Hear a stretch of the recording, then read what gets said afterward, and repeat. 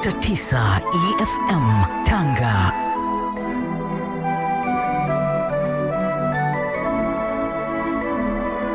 EFM 103.3 Mbeya.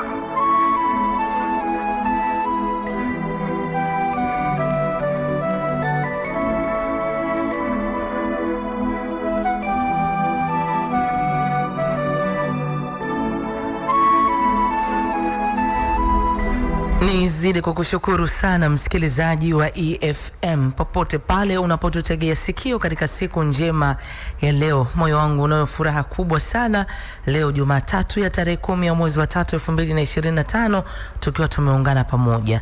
Asante sana rafiki yangu. Ndio, karibu.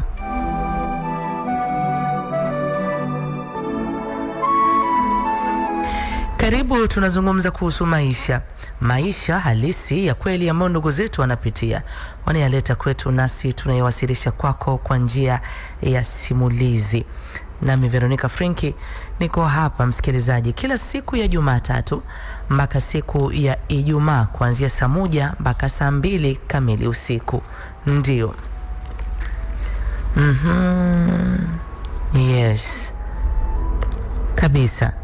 Basi nikukumbushe pale tuliishia siku ya Ijumaa, halafu tusogee mbele zaidi. Ijumaa tuliishia ndugu yetu, rafiki yetu ambaye ndiye ametuletea mkasa huu, anaitwa Batuli, akitueleza kuhusu maisha yake, na kubwa zaidi akisema anamshukuru Mungu kwa sababu mipango yake imeenda vizuri. Kwanza mchumba wake amechukua hatua na kwenda kujitambulisha nyumbani. Kwa hiyo ni binti ambaye tayari amekwisha kuposwa na ni mchumba wa mtu, kwa sababu amekwisha hata kuvishwa pete. Lakini wakiwa wapo kwenye michakato mingine sasa ya kuelekea hatua za kwenda kufunga ndoa, Batuli alipata ujauzito na mwenzake akashauri kwamba basi wangoje mpaka majira yatakapotimia ya kujifungua na angalau mtoto atimize mwaka mmoja. Basi kabla mwaka haujatimia wa mtoto wao hajatimiza mwaka mmoja, huyu mwanaume anamwahidi tayari watakuwa wameshafunga ndoa, tayari watakuwa ndani ya ndoa. Kwa hiyo wanashirikia mwaka mmoja wa mtoto wao kuzaliwa wakiwa wako ndani ya ndoa. Kwa hiyo wanashirikia mwaka mmoja wa mtoto wao wakiwa ni wanandoa. Na Batuli anaelewa kile mwenzake anasema, na akizidi basi kungoja siku zisogee hatimaye ajifungue na hayo yote ambayo amemwahidi yatimie. Nini ambacho ndugu yetu anaitwa Batuli anaendelea kutueleza zaidi msikilizaji, na mimi nikukaribishe sana katika siku njema ya leo. Tuungane pamoja ili tuyasikie mengi ndugu yetu Batuli akitueleza. Ndio, Jumatatu ya leo, kabla sijasonga mbele zaidi, ni kueleze tu katika sehemu yetu ya kwanza tunao wahisani wetu wanatupa nafasi. Ili ni shavu kwa wanawake wote. Mwanamke popote unaponisikiliza, kuna habari njema inatuhusu sana sisi wanawake. Utakumbuka huu mwezi ni wetu sisi wanawake, lakini kuna mengi ya kuzidi kujivunia kama sisi wanawake. Na nikwambie, Tanzania Commercial Bank inatambua uwepo wa kila mwanamke wa Kitanzania, inathamini mchango wa kila mwanamke wa Kitanzania. Inazungumzia Tanzania Commercial Bank kwa sababu kila mwanamke ana mchango mkubwa katika nchi hii ya Tanzania. Tanzania Commercial Bank wameona ni vyema wafurahie maisha ya kila mwanamke. Kwa hiyo kwa sasa hivi Tanzania Commercial Bank, good news ambayo inamhusu kila mwanamke, wamekusudia kumuinua kila mwanamke kiuchumi. Kila mwanamke ainuke kiuchumi, na maanisha popote mwanamke ulipo. Na ndio maana wametuletea akaunti ya kipekee kabisa, inaitwa akaunti ya Tabasamu. Hii ni ya kila mwanamke, kila superwoman jamani, kila mwanamke wa shoka. Akaunti ya Tabasamu ina lengo la kumuinua mwanamke kiuchumi. Hapa tunamzungumzia ni mama, tunazungumza ni dada, ili mradi wewe uwe ni mwanamke. Hii akaunti ya Tabasamu inakuwezesha wewe kujiwekea akiba yako ili uweze kufikia malengo yako ya kifedha, malengo yako binafsi au malengo ya pamoja. Nazungumzia hapa kikundi na ni wanawake. Basi akaunti ya Tabasamu inawezesha kama kikundi, inamwezesha mtu mmoja kufikia malengo yake kiuchumi, yani binafsi yeye mwenyewe. Ipo faida kubwa sana utakapojiunga na akaunti ya Tabasamu, mwanamke mwenzangu. Kwanza, hii ni akaunti ambayo haina makato ya mwezi, lakini ina punguzo kubwa sana la bima mbalimbali, zikiwemo bima za maisha na bima za elimu kwa mtoto, lakini pia inakupa mkopo hadi shilingi milioni 150. Kwa hiyo mwanamke mwenzangu, inawezekana wewe ni binafsi, inawezekana ni kikundi. Haya ni mambo mazuri kutoka akaunti ya Tabasamu.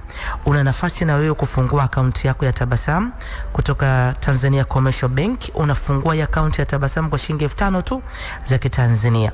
Unachotakiwa kufanya ni kutembelea tawi lolote la Tanzania Commercial Bank ambalo lipo karibu na wewe. Nenda kajifungulia akaunti yako na uanze kunufaika na akaunti ya Tabasamu. Kumbuka, hakuna makato ya mwezi. Jamani, tunajua waga kuna makato lakini hii kwa ajili ya mwanamke kumuinua kiuchumi haukatwi makato ya mwezi. Ina punguzo kubwa sana za bima. Sasa kwa nini uende pengine na kati ipo hii kwa ajili yetu sisi wanawake? Kwa ajili yetu sisi wanawake, akaunti ya Tabasamu kutoka Tanzania Commercial Bank. Yes, basi tukiwa tunaendelea kusonga mbele msikilizaji, nami ni kukaribishe tusogee mbele zaidi, tuyasikie haya ndugu yetu mpendo wetu anaitwa Batuli akiwa anaendelea kushare pamoja nasi.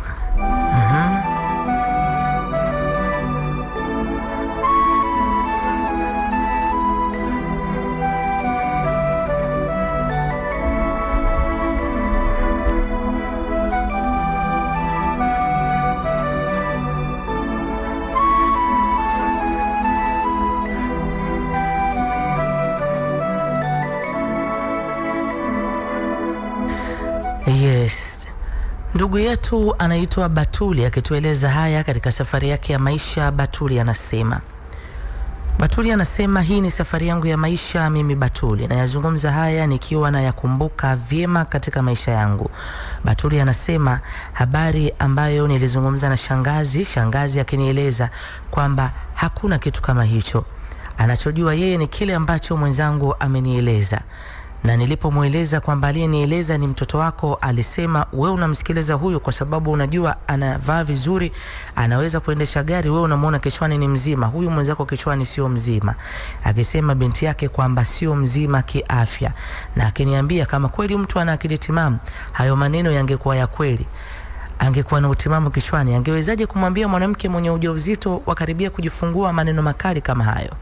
Akisema usisikilize neno la mtu yoyote, sikiliza kile ambacho mume wako anakuambia. Sikiliza basi hata hiki mimi ambaye ni shangazi yako ninakueleza, hakuna kitu kama hicho. Batuli anasema ninahakikishiwa na shangazi huku akinifuta machozi akiniambia, mwanangu, hizi ni nyakati ambazo unatakiwa uangalie sana afya yako na usiruhusu mtu kukwambia maneno mabaya. Mtu anayekwambia maneno mabaya nyakati hizi si mtu mwema. Anataka aone ukipata shida. Kumbuka, ukipata shida wewe utamuathiri mtoto ambaye yuko tumboni mwako. Usiruhusu kitu kama hicho. Ndio.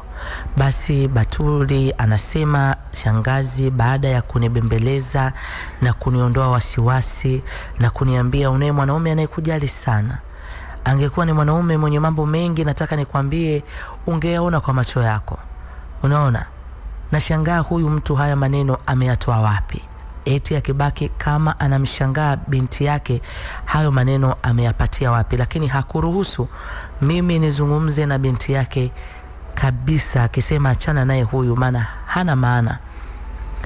Batuli anasema nikarejea. Niliporejea nilipata nafasi ya kuzungumza na rafiki yangu nikimueleza hiki ambacho nimeelezwa. Akasema nikwambie Batuli, sasa hivi acha kujipa pressure, kwa sababu mwanaume amekataa, shangazi yake amekataa. Hicho kingine unachotaka kuendelea kutafuta kinaweza kikakuletea shida. Mimi sioni kama mtu angekuwa na mtoto anaweza kuficha habari za mtoto. Mtu anaweza akaficha habari kwamba na mwanamke, lakini sio habari ya kuficha watoto. Kwani watoto wana makosa gani hata wafichwe? Na Batuli, kwa muda huu wote tumekuwepo, tungesikia hata siku moja watoto kuhusu hao watoto jamani. Haya yote rafiki yangu pia aliendelea kunitia moyo kwamba nisiogope, na sasa hivi niangalie hiki ambacho kiko mbele yangu, nijifungue salama. Batuli anasema basi niseme nini, moyo wangu ulitulia na mwenzangu, yani bebi wangu, mume wangu mtarajiwa, kipenzi changu huyu wa dhati kabisa. Tukizidi kuzungumza naye kwenye simu, akizidi kuniondoa wasiwasi, akitabasamu huku akisema hivi, unaweza ukawa unazungumziwa vitu ambavyo huvijui. Yani unazungumzwa kwamba una watoto, unazungumzwa sijui umeoa, unazungumzwa sijui ushaye kuacha mke. Yani unapewa habari ambazo wewe mwenyewe huzijui na unashangaa hizo habari zinamhusu nani. Kumbe watu wanazizungumza hizo habari kukuhusu wewe ambaye hujui zinatokea wapi. Akionyesha na yeye kushangazwa na ile kauli niliyomwambia. Yani anashangaa maneno nimeyatolea wapi, yani hivyo. Kwa ina maana yule aliyeniambia hana akili timamu. Yani yule ni mwenda wazimu kabisa, yule ajielewe kabisa, anazungumza vitu ambavyo havipo na anachuki na mimi kwa sababu anataka aone ninapata shida. Ndio. Haya, dakika zangu nazo zikiwa zinasogea mbele, ni kuambia akaunti ya Tabasamu kutoka Tanzania Commercial Bank ni akaunti ya kila mwanamke. Kila mwanamke wa shoka ni vyema akafungua akaunti ya Tabasamu kutoka Tanzania Commercial Bank. Ni nzuri sana, ina kusudi la kumuinua kila mwanamke kiuchumi. Bwana, hii ni akaunti ambayo ina lengo kubwa sana kukuinua wewe mwanamke kiuchumi. Ni mama, ni dada, ni muda wako kuinuka sasa. Kwa nini tunasema inamuinua mwanamke kiuchumi? Kwa sababu utainuliwa kiuchumi kwenye nyanja mbalimbali, lakini zaidi utapata nafasi ya kuweka akiba yako ya fedha ya wewe binafsi au kama ni kikundi chenu. Lakini nikwambie ni akaunti ambayo haina makato kwa mwezi na unapata pia mikopo. Nenda sasa hivi kafungua akaunti yako ya Tabasamu na uenjoy akaunti hii. TikTok Capital E. Ripoti ya leo sehemu ya kwanza imeletwa kwenu na Tanzania Commercial Bank. Taji kanipa cheo,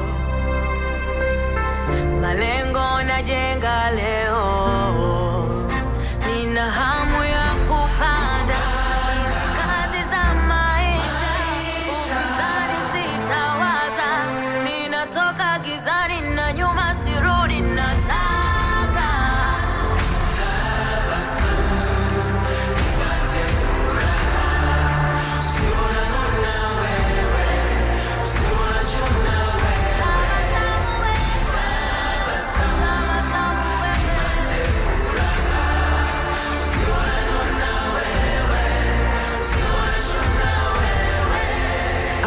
ya Tabasamu kutoka Tanzania Commercial Bank ni ya kila mwanamke wa nguvu.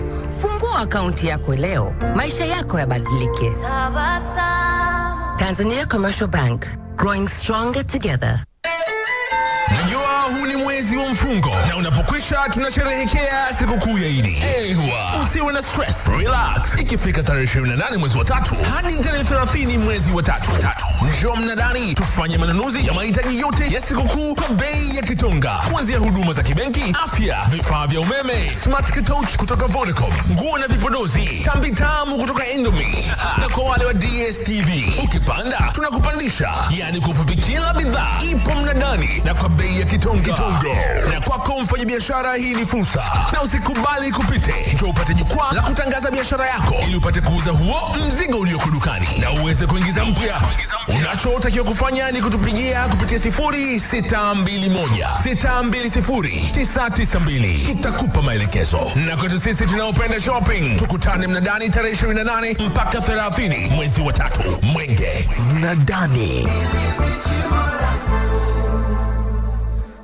EFM 103.7 Arusha. Ripoti ya leo.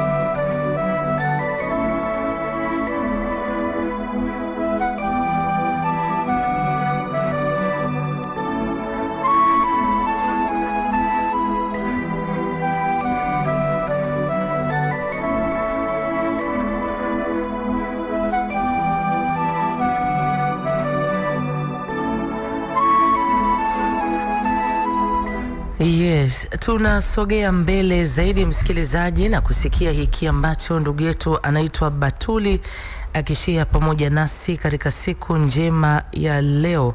Batuli anatueleza haya. Batuli anasema,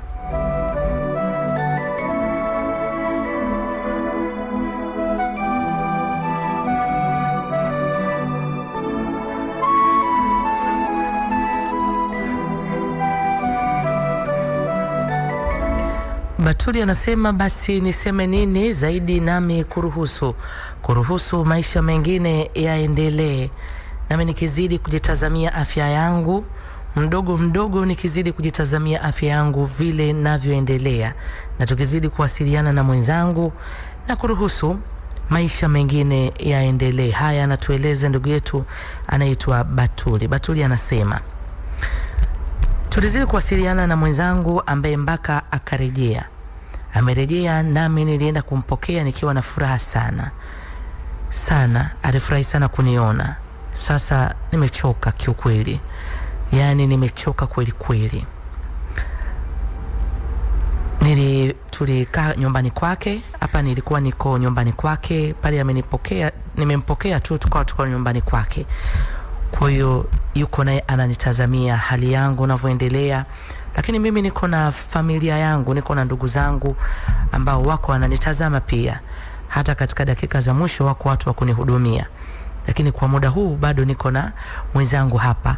Tunapeana tafu, faraja katika kipindi hiki ambacho kiukweli mwili wangu umekuwa mzito. Hata kuinuka kwangu pia imekuwa ni uzito, kukaa imekuwa ni uzito, kulala pia kugeuka inakuwa ni changamoto. Kwa hiyo yuko pamoja na mimi. Batuli anasema, naikumbuka siku ambayo, hizi ni siku ambazo ndo zile siku za makadirio. Yani uko ndani ya kile kipindi kwamba tunangoja wakati wowote. Unakijua hicho kipindi, yani hicho kipindi kwamba yani hapa tunasikilizia chochote kinaweza kikatokea katika kipindi hiki. Batuli anasema, basi hicho kipindi, hiyo siku sasa, yani nilikuwa ninasikia nyonga zinauma, yani sijisikii vizuri kabisa. Batuli anasema, nilikuwa nimerudi nyumbani. Hapa siko kwa huyu mwanaume. Nimerudi niko nyumbani.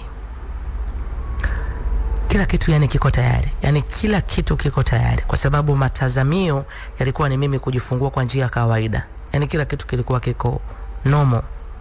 Daktari wangu alisema najifungua kwa njia ya kawaida, kwa tu ni muda tu ukifika basi Mungu anijalie na hili jambo lifanikiwe. Batuli anasema, na yakumbuka haya katika safari yangu ya maisha nikiwa hapa. Alinipigia simu rafiki yangu. Nikapokea. Vipi? Nikamwambia nipo.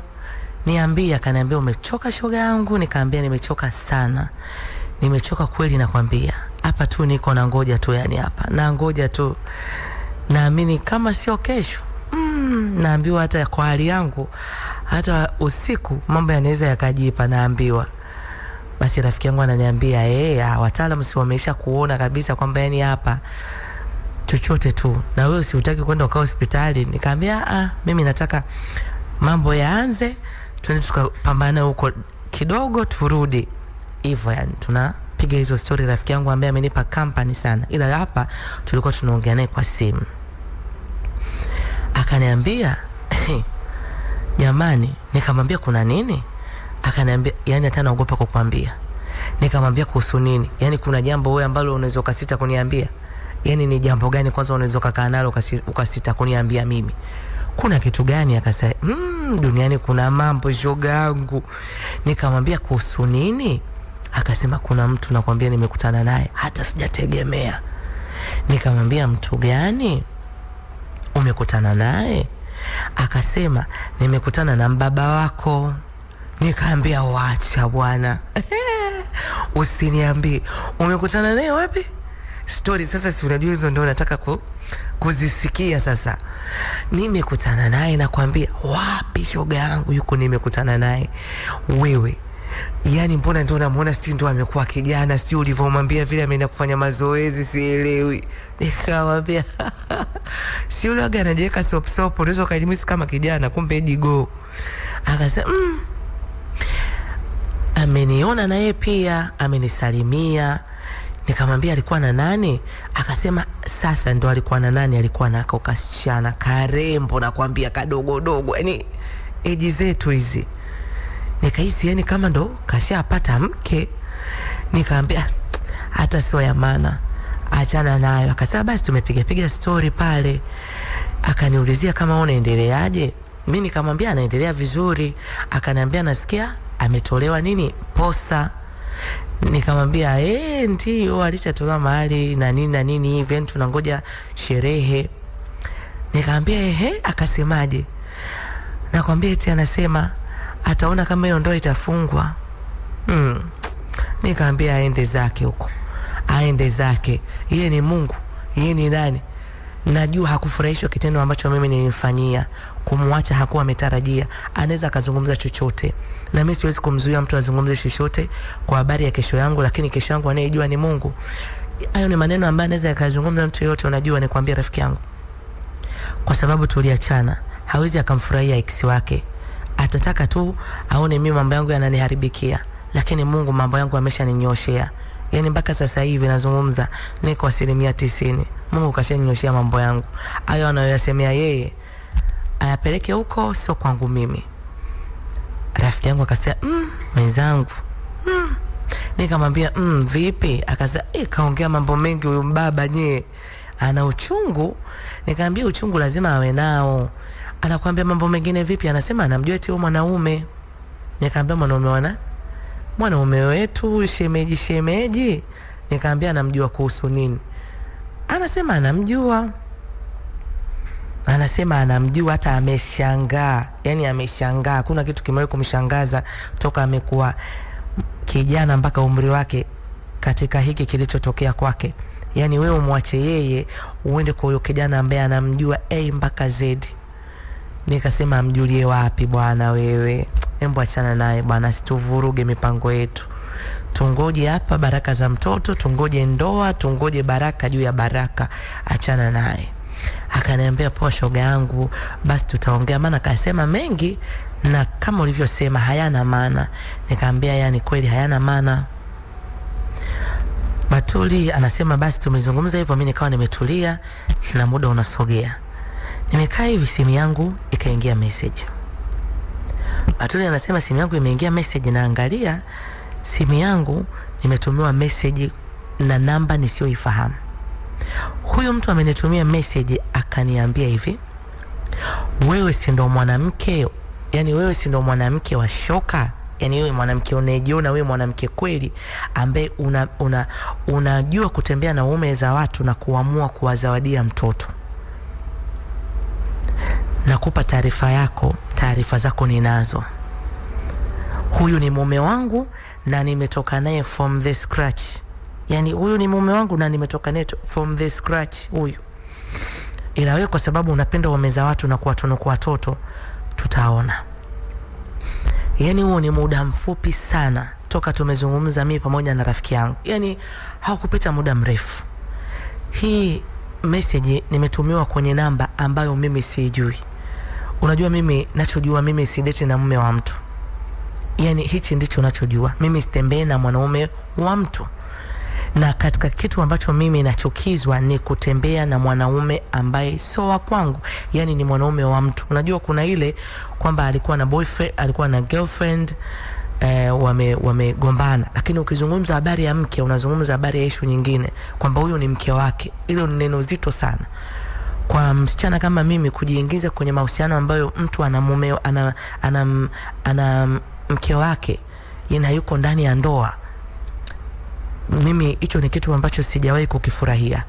Kwa hiyo mtu kuona mimi ananiambia kama mimi ni mwanamke kahaba ambaye nimeenda kumuibia mwanamke mwenzangu mume, halafu nimeamua kabisa kuonyesha kama mimi ni mbabe na naamua kuzaa naye, hicho ni kitu ambacho niliona kama kibaya sana na nilishtuka sana.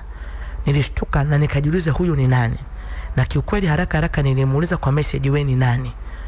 Yule mtu akanijibu akasema, kumbe taarifa zangu unajifanya huna basi ndio utanijua mimi ni nani utakapokuwa leba. Hii ni message. Nilishtuka sana. Inawezekana kuna mtu ananifanyia matani mimi nikiwa na hali kama hii, ananitishia mimi. Nilichukua ile namba nikaipiga, kwa sababu najiamini mimi sitembei na mume wa mtu. Nilipiga ile namba ilipokelewa. Nilisikia sauti ya mwanamke na akaniita jina langu, akaniambia, wewe si ndio unajiita Batuli? Unajiita Batuli, mwanamke mwenye nyota ya kupendwa na wanaume wa watu, si ndio? Nikamwambia, unazungumza kuhusu nini? Akasema, nazungumza kuhusu nini? Kwa hiyo nachokizungumza hiki wewe hapa ukielewi. Nikamwambia, dada, umenitumia message ya kipuuzi sio kwa na maana, alafu unanitishia mimi habari ya kwamba nikiwa leba. Ngoja kwanza nikwambie, nikuweke kwanza clear.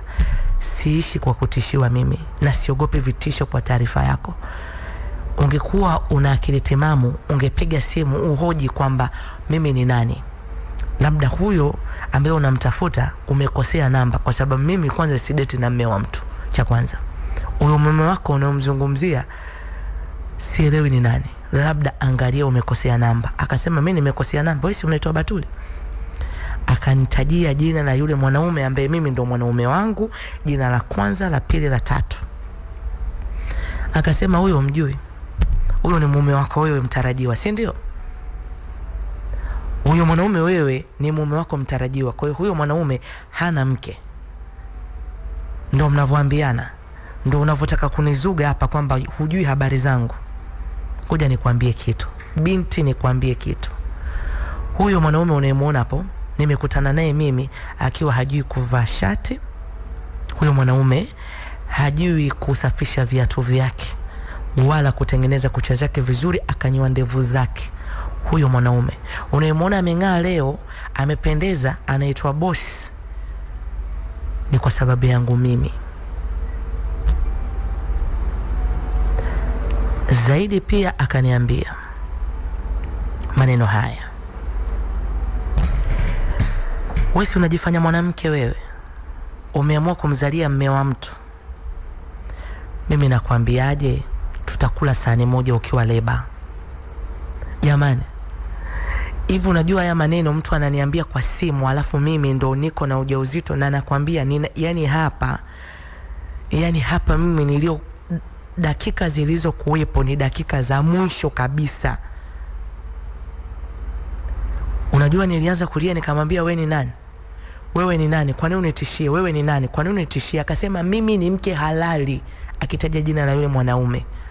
Mimi ndiye mke wake na tumezaa watoto wetu wawili. Mmoja anaitwa fulani, ana umri fulani, mwingine anaitwa fulani, ana umri fulani. Wewe leo kuja kuniharibia ndoa yangu? Wewe leo kuja kuniharibia ndoa yangu? Nilikata simu. Jamani, nilihisi kichwa kinazunguka. Jamani, maneno makali yanachoma kama pasi. Nilihisi kuchanganyikiwa. Ndugu yangu alikuwepo hapa, akaniambia, kuna nini? Umeongea na simu gani? Nikasema siamini. Sasa ile hali niliyokuwa nayo, hali haikuwa nzuri. Huyu mwanaume alipigiwa simu. Batuli anasema, nikachukuliwa nikapelekwa hospitali. Nafika namuuliza, namtajaji na yule dada, huyu ni nani? Ananipigia simu, ananitishia, ona message, ananitishia, anasema, mpenzi wangu, bebe wangu. Huyu ni nani? Akina nani hao wanakuchezea akili yako? Eti ni akina nani wanakuchezea akili yako? Ni nani mke wangu? Yaani ananiita mimi ndo mke wake. Jamani, namwambia, ameniambia mna watoto, mmoja anaitwa fulani, mwingine fulani, ana umri fulani. Anasema hakuna kitu kama hicho mke wangu. Yaani mimi ndo mke. Baby wangu, ni nani huyu mtu? Mungu amlaani. Kwa nini lakini? Kwa nini mimi na maadui wengi? Kwa nini mimi na maadui wengi? Hao watu wanatokea wapi? Mwanaume alikata kata. Mwanaume anatoa machozi na kusikitika sana na kusema hiki kitu kimemuuma sana. Kama maadui zake wanaingia na kutaka kuharibu hatua hizi njema ambazo Mungu anataka kutubariki, hawezi kuruhusu kitu kama hicho. Hata kubali kamwe kitu kama hiki. Jamani mwenzenu, najiuliza huyu mwanamke ni nani? Kwa nini hajiamini hivi kwangu? Lakini daktari pale akanisi, tulia mume wangu. Yani mwanaume ananiambia baby, yani mimi ninashangaa nini kinatokea, ninashangaa mpaka sasa hivi nashangaa nini kinatokea. Ndugu zangu akanisi, nitulie. Kweli namshukuru Mungu kwa uangalizi mkubwa ambao madaktari walifanya. Ndugu zangu, mwanaume yuko pamoja na mimi, alikuja yule shangazi akiniambia, nani anakuambia maneno haya mwanangu Batuli, tulishaongea haya mambo. Nikamwambia shangazi, mimi sijayatafuta, mtu kanitafuta. Ni nani huyu jamani, mtu mbaya? Batuli, una maadui wengi kipenzi changu. Nimegundua mwanangu una maadui wengi. Watu hawafurahi kuona hatua zako. Huyo mwanamke ni mwanamke gani asiyejitokeza hadharani akasema, mwanangu, watoto ni wakuficha? Kama wangekuwepo kwa nini tuwafiche? Watoto wasiokuwa na hatia kwa nini tuwafiche? Shangazi ndo ananiambia hivyo. Mimi nikasema basi kweli mimi na maadui wengi. Mbona watu wako pamoja na mimi, familia yake iko pamoja na mimi jamani? Pressure ya nini? Batuli anasema Mungu akajalia nikajifungua. Batuli anasema yako mambo mengi katika maisha mimi kama msichana. Kwenye maisha ya kujitafuta, kwenye maisha ya mahusiano, nimejifunza sana. Nimejifunza pakubwa sana. Nimefanikiwa kujifungua. Mungu ni mwema, nikawa niko sawa. Ni pressure tu ndio ilikuwa inasumbua kwa namna moja ama nyingine, lakini madaktari walinisimamia vyema na nikarudi nyumbani. Sasa hapa narudi nyumbani na maana nyumbani kwetu ambao kutakuwa na uangalizi mzuri zaidi ambao nilikueleza, wako ndugu zangu ambao wananiangalia. Ndio. Basi msikilizaji, nikupeleke mapumziko dakika chache, tarejea hivi punde. TikTok Capital E. Najua huu ni mwezi wa mfungo na unapokwisha tunasherehekea sikukuu ya Idi. Usiwe na stress, relax. Ikifika tarehe 28 mwezi wa 3 hadi tarehe 30 mwezi wa 3, njoo mnadani tufanye manunuzi ya mahitaji yote ya sikukuu kwa bei ya kitonga. Kuanzia huduma za kibenki, afya, vifaa vya umeme, smart touch kutoka Vodacom, nguo na vipodozi, tambi tamu kutoka Indomie. Na kwa wale wa DSTV, ukipanda tunakupandisha. Yani kufupi kila bidhaa ipo mnadani na kwa bei ya kitonga. Na kwako mfanyabiashara, hii ni fursa. Na usikubali kupite. Njoo upate jukwaa la kutangaza biashara yako ili upate kuuza huo mzigo ulioko dukani na uweze kuingiza mpya. Unachotakiwa kufanya ni kutupigia kupitia 0622 tutakupa maelekezo. Na kwetu sisi tunaopenda shopping, tukutane mnadani tarehe 28 mpaka 30 mwezi wa 3. Mwenge Mnadani.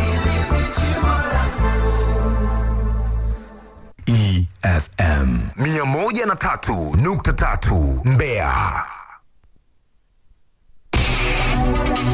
Ripoti ya leo.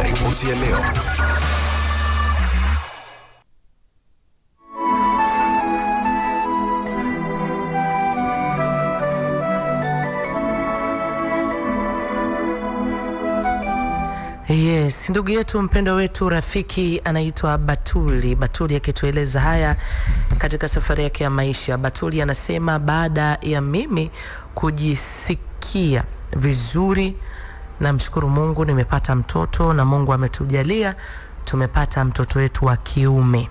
Mimi pamoja na mwenzangu kipenzi changu amefurahi sana. Na mimi najua huyu ndo mtoto wake wa kwanza. Haya mambo mengine nasikia, lakini ni maneno ambayo hayana uhakika na nimeshathibitishwa kwamba hicho kitu hakipo na ni watu ambao wapo kwa ajili ya kuniharibia. Sasa nimerudi nyumbani, rafiki yangu akaniambia, Batuli, mimi ningeshauri jambo ambalo linaweza likatufaa sana. Kwa nini tusizungumze mimi na wewe mambo haya ambayo pia nilikuwa siwezi kuzungumza kipindi kile ambacho bado hujajifungua? Nikamwambia mambo gani? Anasema unajua siku zile nilipokutana na yule mbaba kuna vitu aliniambia ambavyo mimi sikuweza moja kwa moja kukuambia. Nilikwambia tu vichache. Nikamwambia, alikwambia nini? Akasema kwanza, hakuamini kama kuna siku moja unaweza ukachukua maamuzi ya haraka kama yale. Anaamini kwamba haikuwa akili yako kamili, yani haukufanya kwa utashi wa akili zako. Kuna watu ambao walifanikiwa kujua udhaifu wako, wakatumia hiyo nafasi kukuteka kifahamu na kupandikiza vitu ambavyo havikuwa sahihi kwako, ila wewe ulivibeba kwa usahihi. Nikamwambia ehe. Aliniambia kwamba anamfahamu huyu mwanaume. Nikamwambia ulishanieleza anamfahamu. Kingine ambacho hujaniambia, unaona kwa mfano hizi taarifa tunazisikia kwamba ana mtoto ana mnini, tunazisikia hizi taarifa. Hata yule baba ameniambia akisema haelewi wanawake kwenye maisha waga wanataka nini. Aniache mimi mwanaume ambaye sijaoa, yani sina mke, niko mwenyewe, ana uhuru wa kuja kwangu, ana uhuru wa kufanya chochote, na mimi nilikuwa niko tayari kwa ajili yake kwa chochote.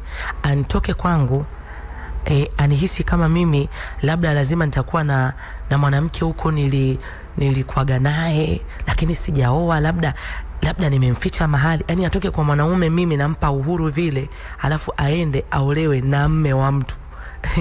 Sio yani aende na atake kumzalia mume wa mtu. Sasa hiki ni kitu cha kushangaza sana. Nikamwambia yani mbaba ndo anakuambia hivyo kwamba mimi huyu mwanaume wangu ni mume wa mtu? Yuko yeye. Na mimi nilimuuliza kwa nini unasema hivi? Akasema nafahamu, ninamfahamu hadi mke wake. Nikamwambia wewe. Akasema kweli? Nikamwambia muongo. Akasema nakwambia, yani unajua. Na mimi nikamwambia usisikilize maneno ya watu. Yule kijana hajawahi kuoa na hajawahi kuwa na mtoto. Mtoto wake wa kwanza ndo anayemtarajia kutoka kwa Batuli. Unajua mbaba akaniambia kwamba ni vile tu Batuli yeye aliangalia kwa umri wa yule kijana, akaamini kwa sababu ana umri ule basi lazima atakuwa hajapata watoto bado. Mbona wako vijana wanapata watoto katika umri mdogo? Yule ana watoto wake wawili na ana mke wake.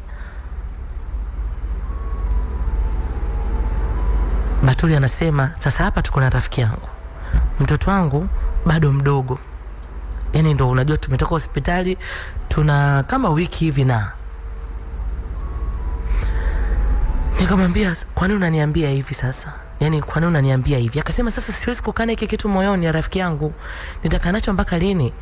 Yani mimi nimekuwa nikisikia ukisema, unaona, lakini amenieleza. Na nikamwambia sasa anakuambia mwanamke wake yani imekuwaje, mbona hayuko naye sasa? Akaniambia mwanamke wake anakaa mkoani. Nikamwambia yani anaishi mkoani?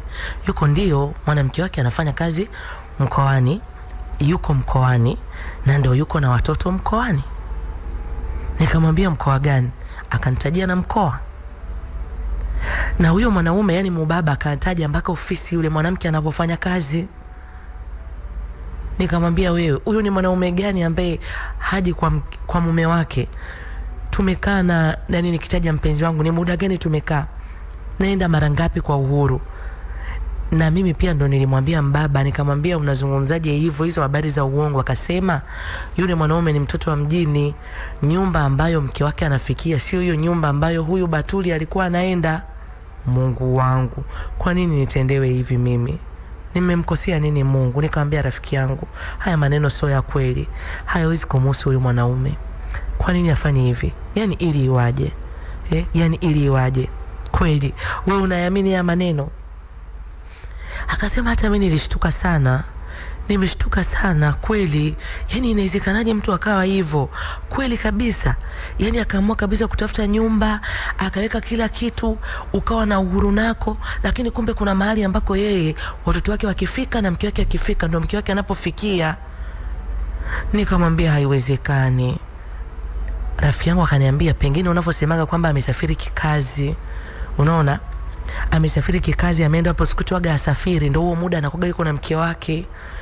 lakini kwa sababu mji mkubwa huu sio rahisi kuweza kujua Batuli. Nikaambia hakuna kitu kama hicho, haiwezekani. Haiwezekani, mimi sijazana mme wa mtu. Akasema sasa rafiki yangu, unaona, na alisema yule nanili yule mubaba kwamba mke wake ni mkorofi sana, mkorofi kweli mke wake. Yani mahali ambako Batuli amejiingiza atapata shida sana. Batuli anasema, jamani, nataka nikwambie, ukiwa umetoka kujifungua, umerudi nyumbani, yani wewe mwanamke kwanza unakuwa hauko nomo. Kuna mwanamke hapa ananielewa, hauko nomo. Unahitaji kwanza kupumzisha akili yako itulie. Uwe umejifungua kwa operation, uwe umejifungua kwa njia ya kawaida, unahitaji muda kwanza wa kupumzika jamani. Kwanza zoezi uliokuwa nalo kwa miezi 9, zoezi la kujifungua, iwe ni operation iwe ni kwa njia ya kawaida, nataka nikwambie unahitaji kupumzika jamani. Hiki kitu mimi na sasa hivi naambiwa, ninaona kinanivuruga kichwa. Maziwa yenyewe ya mtoto yanasumbua, maziwa hayatoki.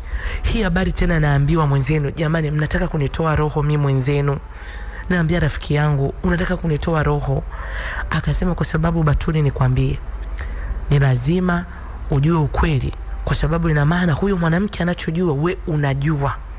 Umeingia kwenye ndoa yake ukiwa unajua. Umejifanya we mbabe, umeamua kuingia kwenye ndoa. Ina maana wewe unamvuruga huyo mwanaume, ina maana mahusiano yao pengine yameleta itilafu. Mwanamke kachunguza, kwa nini? Kakuona wewe. Naona, lakini wewe umeingia kwenye mahusiano ukiwa hujui mwanaume ndio mwenye makosa, alikuficha. Mimi nakujua rafiki yangu, huwezi kudate na mume wa mtu. Batuli anasema, jamani, huyo mwanaume alikuja. Nikamwambiaje, unataka kuniua? Akasema, kwa nini? Nikamwambia, kwa nini usiniambie ukweli? Kwa nini unanificha? Akaniambia, unataka kusikia nini? Hebu niambie Batuli, kwa sababu kuna vitu unalazimisha sana. Yani ukweli upo unaotaka kutoka kwangu. Hii siku alipokuja kumwangalia mtoto, aliniambia nataka nini kusikia, maana anachoniambia ninakikataa. Nataka kusikia kipi? Akiniambia, hebu sema mimi nikiseme moyo wako ufurahi. Wewe unataka mimi nisemaje? Nikamwambia, kwa sababu unaniongopea na umepanga uendelee kuniongopea mpaka lini?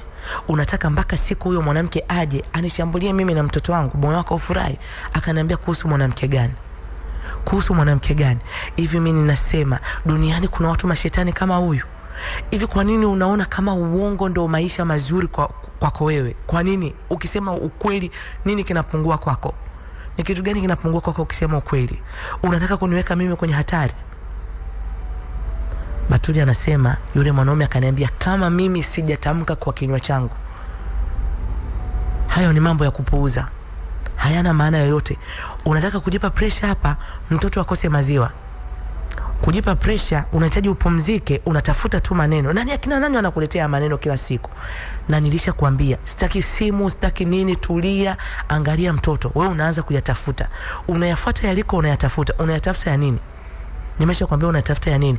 Nimeshakwambia wewe ni mwanamke wangu, ni mwanamke wa thamani, ni mwanamke ninayekupenda, ni mwanamke niliyekuchagua, na wewe ndio mwanamke wa maisha yangu. Wewe mwanamke unayemtaja wewe, unamtaja, unamjua wewe na watu wanaokuambia. Mimi sielewi hizo mada, sielewi na sitaki kuzisikia. Batuli anasema, huyo mwanaume alikataa tena kata. Jamani, kwa hiyo ni uongo. Jamani, kwa hiyo ni uongo. Macho makavu. Akiniambia, baby, naomba cool down, na kuomba sana. Tumwangalie mtoto wetu sasa hivi anahitaji company kubwa sana. Unahitaji relax. Unaona? Ndio maana unaona mimi naacha vyote, niko hapa na kuwa na wewe kuhakikisha kwamba uko okay na mtoto. Mtoto apate maziwa ya kutosha. Nataka mtoto anyonye atosheke. Ukijipa stress, daktari alisema nini? Alisema utajiletea madhara mwilini, maziwa mwisho yatakata. Kwa kuruhusu kauli za wapuuzi wasiokuwa na maana. Batuli, wewe ni mtu mzima, sio binti mdogo wa kukaa kuyumbishwa akili yako. Yule mwanaume akaongea na ndugu zangu, jamani, naomba huyu mtu asiongee na simu. naomba hizi simu jamani, sitaki aongee na simu, mimi mwenyewe nakuwa nakuja hapa. Kwa nani wanampigia simu? Akina nani wanampigia simu? Yani akifoka kwamba hizo habari mimi nazoletewa ni maadui zake tu, lakini hizo habari sio za kweli. Hana mtoto, hana mke. Batuli anasema basi nikishaambiwa hivyo sasa nasemaje? Eti mwanamke mwenzangu, unaambiwa mume wako, mpenzi wako ana watoto mahali, unamuuliza anakukatalia, utasemaje? Sio kwamba watoto umewaona, umewaangalia kama wanafanana sura na mume wako, hujawaona. Ni maneno unasikia kwamba 1 2 3 mwanamke yuko mkoa fulani, wamefunga ndoa, ni ndoa kabisa kanisani, unaambiwa hivi, mwanaume anakuambia hamna kitu kama hicho. Utafanyaje rafiki yangu? Utafanyaje? Utanganganiza? Batuli anasema basi mimi inabidi nitulie. Ndugu zangu wananiambia, sasa unataka kumsikiliza, unataka kuwasikiliza akina nani? Mume wako ndo huyu hapa, na yeye ndo anakuambia Batuli, mbona unajipa pressure Batuli? Alikuja yule shangazi tena akaniambia, mwanangu, nani anatesa moyo wako? Nani anataka kuvuruga hali yako mwanangu? Mungu amekuvusha pakubwa, umepata mtoto wako. Hebu jicho lako limwangalie mwanangu. Mtoto apate maziwa mwanangu. Ni akina nani hao watu wabaya? Naambia shangazi, yule mwanamke alinipigia simu, kwani ni kichaa? Akasema watu wanatumwa mwanangu, mbona haja kupigia tena simu? Ile namba mwanangu, si umesema umejaribu haipatikani tena? Kama kweli huyu ni mwanamke kweli washoka kabisa, huyu ni mume wake, amezaa naye watoto, amepata namba zako, ina maana angekuwa anajua hata unapokaa. Alichokuja kuja kukufuata mtu kwa macho akakwambia mimi ndio mwenyewe niliyezaa naye, umemwona? Nikamwambia hapana mama. Sasa kwa nini mwanangu? Kwa nini kila siku tunazungumza mada hiyo hiyo? Batuli, naomba ufunike haya mambo, funika haya mambo. Unaona mwenzio sasa anaona una hofu kubwa, hadi anasema ni bora basi afanye haraka tu akuoe. Nikamwambia shangazi, kweli?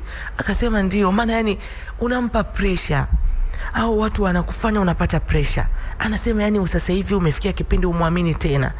Basi mimi namwambia ni wanawake wakitoka kujifungua na kuwa na mabadiliko hivi ya kufikiri labda, hebu tumuache kwanza. Anasema hapana shangazi, mimi nataka ni muoe tu basi ili mambo haya yaishi. Hao watu wanaomfanya mke wangu anashindwa kutulia ili atulie. Kwa mwanangu, hebu tulia, kwa sababu mwenzako alisema sijui ndoa nini atairefusha. Sasa akaona anataka mfunge ndoa hata mtoto akiwa bado hivi mdogo ndoa ifungwe. Nikamwambia mbona hatajaniambia jamani? Amesikitika, lakini nilivyomwambia hivyo yuko anaumia mwenzio unavyomwambia. Nikamwambia ni shangaze, yani acha tu. Nikamtafuta yule mwanaume, nikamwambia shangazi kaniambia hivi. Yuko baby, mimi siwezi kuvumilia mambo, siwezi kuvumilia kabisa. Jamani, sasa mimi mwenzenu namwambia rafiki yangu, mimi nikwambie kitu, nisiwe mjinga. Ngoja nishike kitu ambacho mwenzangu ananiambia. Unajua huyu ni baba wa mtoto wangu, alafu ni mwanaume anayenipenda sana, anayenijali sana. Nashukuru kwa sababu ameona jinsi ambavyo mimi nampenda, na yeye mwenyewe amesema ana sababu ya kungoja, anataka tufunge ndoa ya haraka. Rafiki yangu yuko wewe kweli jamani? Nikamwambia yani ananionea huruma watu wanavyonivuruga. Hebu niambie mtu kweli ananipigia simu alafu baadaye simu zake hazipatikani. Yani mimi nashangaa sana hawa watu. Batuli anasema rafiki yangu ananiambia hata mimi navurugwa, sielewi kweli, yani sielewi ukweli ni upi. Nikamwambia mimi ukweli sasa hivi natembea nao ni wa mume wangu, haya kando sina haja nayo tena. Nashika kauli ya mpenzi wangu, natembea nayo hiyo tena kifua mbele. Haya anatueleza ndugu yetu anaitwa Batuli katika siku njema ya leo. Msikilizaji, huyu ni ndugu yetu anaitwa Batuli, anatueleza haya ambayo amepitia katika safari yake ya maisha. Je, maneno haya chini chini yanakuja yanapotea, yanakuja mleta mpiga simu mwenyewe ambaye ndo mke anasema yeye mke halali, mara amepotea, onekani, hajawahi kuonekana, mara nini. Uhakika kama ni kweli huyu kijana ameoa haupo, na kama ameoa kwa nini amkatalie? Ana watoto, kwa nini awafiche? Ukweli uko wapi? Ndoa itafungwa hiyo ya haraka haraka? Nini ambacho ndugu yetu anaitwa Batuli anataka kushare nasi msikilizaji? Kesho tutasogea mbele zaidi na tuyasikia haya yote ambayo ndugu yetu Batuli anaendelea kushare nasi. Kwa sasa hivi asante na nikutakie usiku mwema. Yes.